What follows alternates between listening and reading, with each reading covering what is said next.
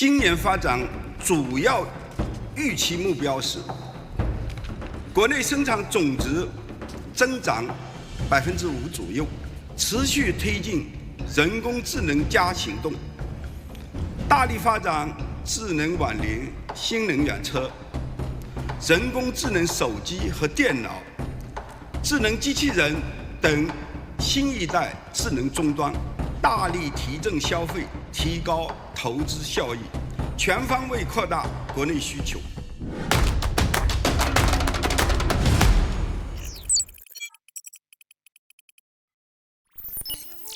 Two sessions are an important signal, as we all know, of the future of economic policy in the case of China. It's a platform that outlines the nation's policy priorities and economic objectives. And performance last year of China's economy as a positive surprise, indeed.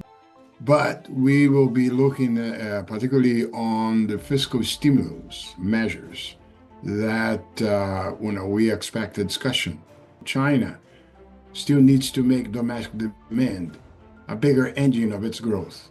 This is a message long delivered not only by the IMF, but also even by the one who speaks to you when in 2011, I was a vice president at the World Bank. We conveyed the message of the need to have China relying more on domestic consumption. And this message still echoes today.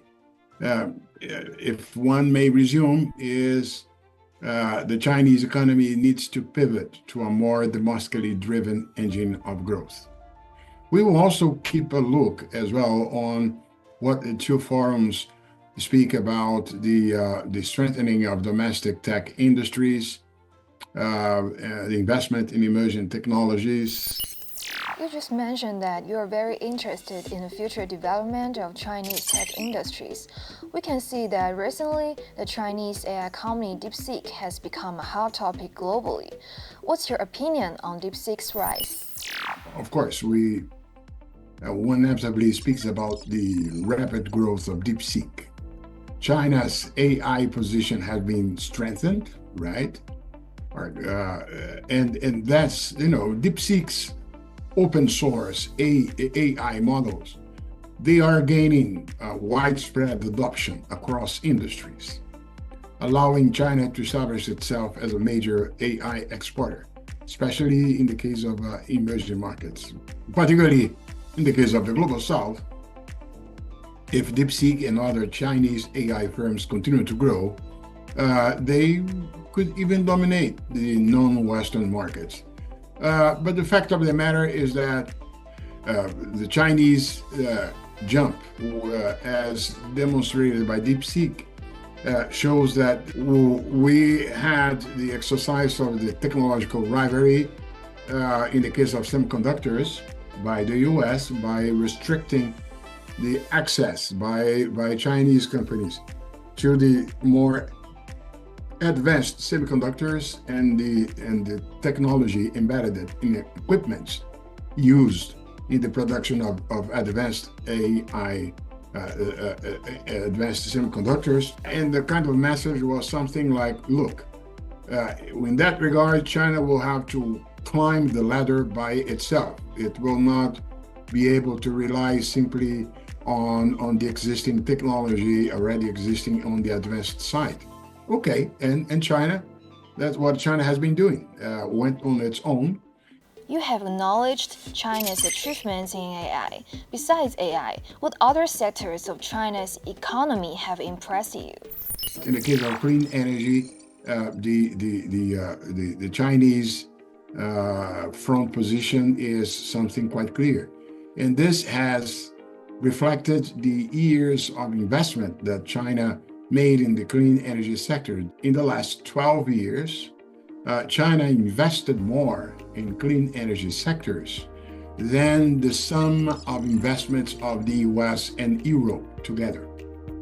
And China used well this amount of investments to develop the technology in establishing itself as the global leader in solar, wind, batteries, electric vehicles. The Belt and Road Initiative funded solar and wind and hydroelectric plants in over 140 countries, and that expanded China's energy influence. In your view, what contributions has China's economic growth made to the global economy? China has a contribution in export. So driving global demand, the provision of a market for global goods and service is a major contribution by China, given its size and so on.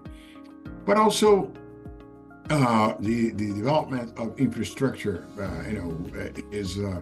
is a way by which the exercise of the technology and green energy leadership, some collaboration on global AI, on digital economy standards, those are strong ways by which China will keep contributing to the global economy. Nothing that happens in China remains in China. It has an impact on the rest of the world.